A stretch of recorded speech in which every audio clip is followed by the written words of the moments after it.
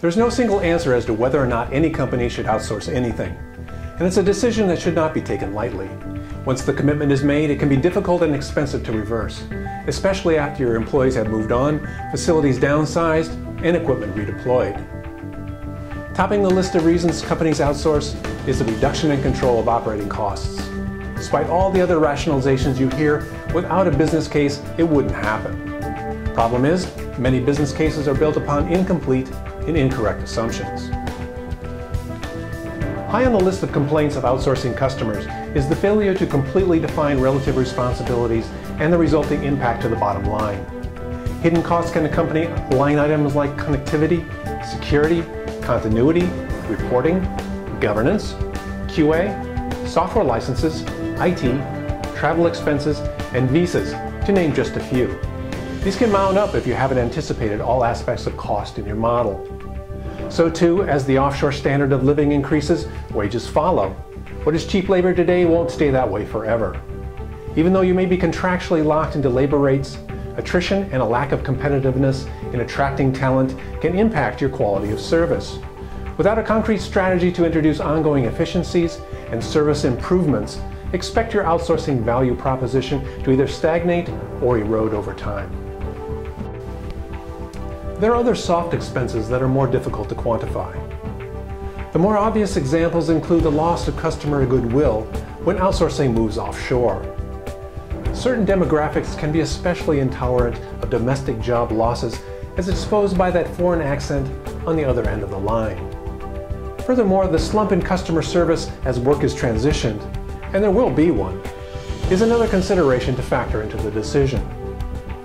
A second reason companies outsource is to improve their focus on core competencies. In this case, the intent is to concentrate resources on revenue-generating tasks that most directly contribute to the delivery of a company's products or services. That typically includes identification and retention of the most strategic tasks and outsourcing the more tactical. A simple and common example would be the hiring of a payroll provider. The challenge enters when the work isn't as clearly transactional as payroll processing. It can be difficult to identify the level of strategic contribution occurring in the lower hierarchies of more empowered organizations.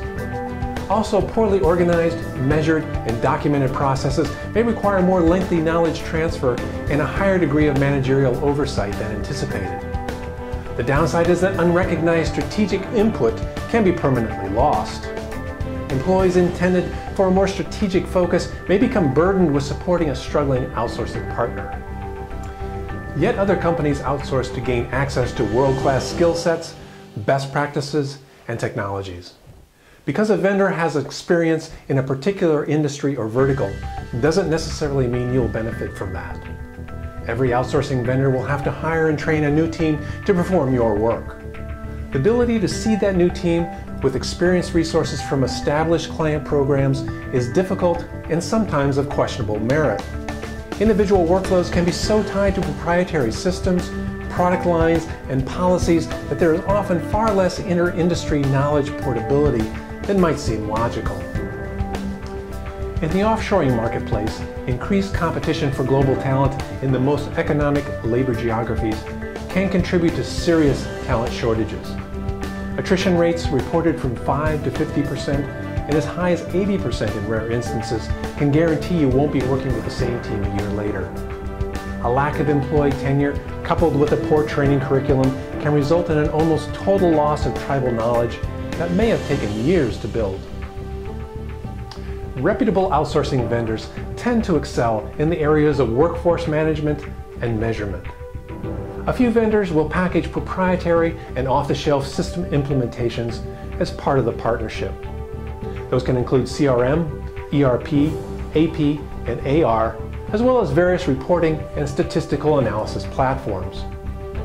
Fewer vendors actually possess the consultative talent to analyze your processes and to implement real optimization. Pricing models structured by headcount alone, together with low negotiated margins, actually work to discourage a vendor from investing in new efficiencies on your behalf. As a result, a lot of the promises made in the heat of the sales pursuit can wither away after your program becomes operationalized. Any year-on-year performance improvements are more often accounted to high-pressure workforce management versus actual workflow streamlining. That only contributes to attrition challenges. Another reason companies outsource is to increase the flexibility and scalability of their operations. Finding the proper fit is important if flexibility is the goal. Partnering with an overly large and bureaucratic organization might only increase the time required to make decisions. Nor do you want to be the smallest client in your vendor's portfolio if you want to see prioritization of your own needs. Some companies cite business continuity as their reason for outsourcing. While geographic dispersion of operations can enhance certain continuity scenarios, it guarantees little. Volatile political environments and many of the most economical geographies introduce the risk of business interruption through unrest and acts of terrorism. On top of that, less sophisticated third world telecommunications infrastructures can result in more frequent instabilities, quality issues, and outages. Increased risk of software piracy, security breaches, and theft of both information and intellectual property round out the risk exposure companies can face with globally dispersed operations not under their direct control. Lastly, companies choose outsourcing to increase quality and performance. Top-tier outsourcing vendors impose a standardized approach to documentation, hiring, training, testing, monitoring, quality, and accountability that is absent from the typical corporate environment. One key to making it all work is the quality of the transition methodology and execution. Poorly executed transitions and employee communications can result in a critical and prolonged service delivery slump and a loss of key knowledgeable employees. It can take years to fully recover. Of course, the economics of any labor force is about more than just wages. You have to factor any labor rate against productivity to get the true picture. Few companies feel capable of or even consider introducing similar improvements in measurement, management, and accounting themselves with their current teams. In many cases, the net savings could rival those of most outsourcing scenarios without incurring the same levels of risk. Many just don't feel capable of that. For whatever the reason, outsourcing remains a viable solution for many. Only you can decide what is right for your company. Regardless of your decision, you should ensure that you have accurate and complete benchmarking of your current performance. That can be provided by your switch data when voice is a predominant portion of the workflow. In the case of non-voice work, there are other technologies to provide that, which will be the subject of a later blog. If your decision is to forge ahead, ensure that you select a partner who thoroughly scopes the agreement to expose the full cost of the partnership up front.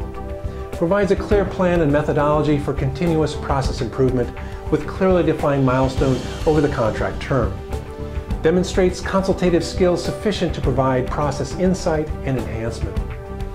Defines a strict and comprehensive transition methodology backed by an experienced transition staff to carry it out.